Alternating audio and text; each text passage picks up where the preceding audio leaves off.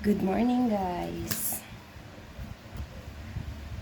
Meron na lang akong 7 minutes para mag-prepare ng makeup ko.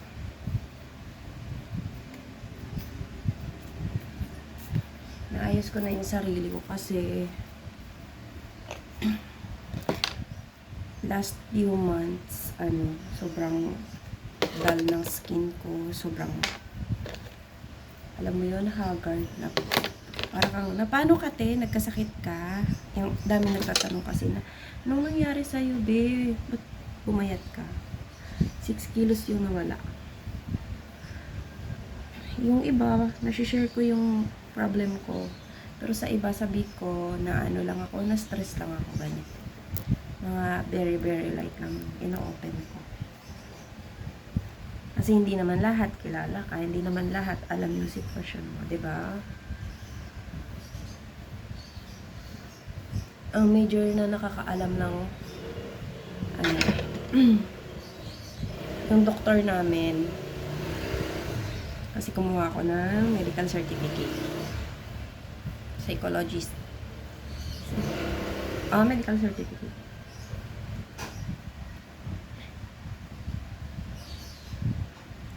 Tapos sa work ko din, sa loob ng working place, syempre hindi mo pwedeng itago kasi kitang-kita, hindi mo matatago kasi kitang-kita yung changes ng biglang bagsak ng katawan ko. Na hello, na paano ka ba?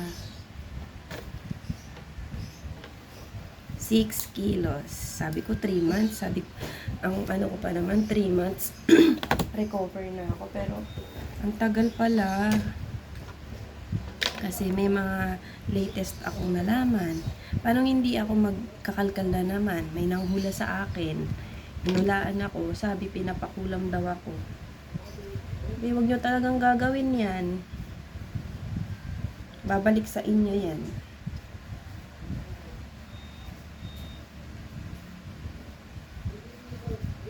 Wag na wag.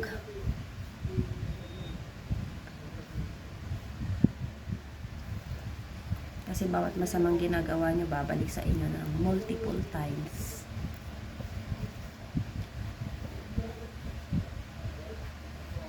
Kaya ayun, sa halip na tinigilan ko na mag-isip, kalkal na naman ako ng kalkal, na na naman yung utak ko. Naging paranoid na naman ako, nag-isip na naman ako.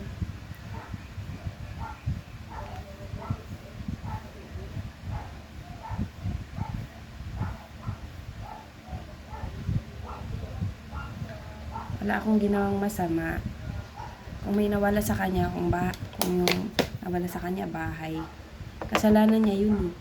Tsaka hindi naman hindi naman siya lahat may gastos dito eh. Parehas kami.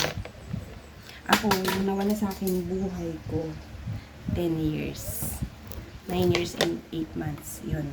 So, sabihin na natin 10 years. Kasi wala naman akong jowa agad.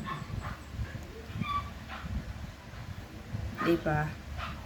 Gaano kalaki yung nawala sa akin.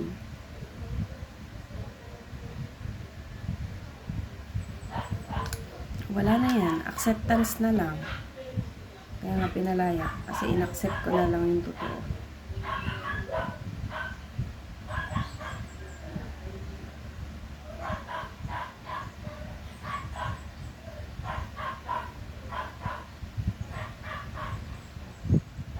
Pag ako namatay,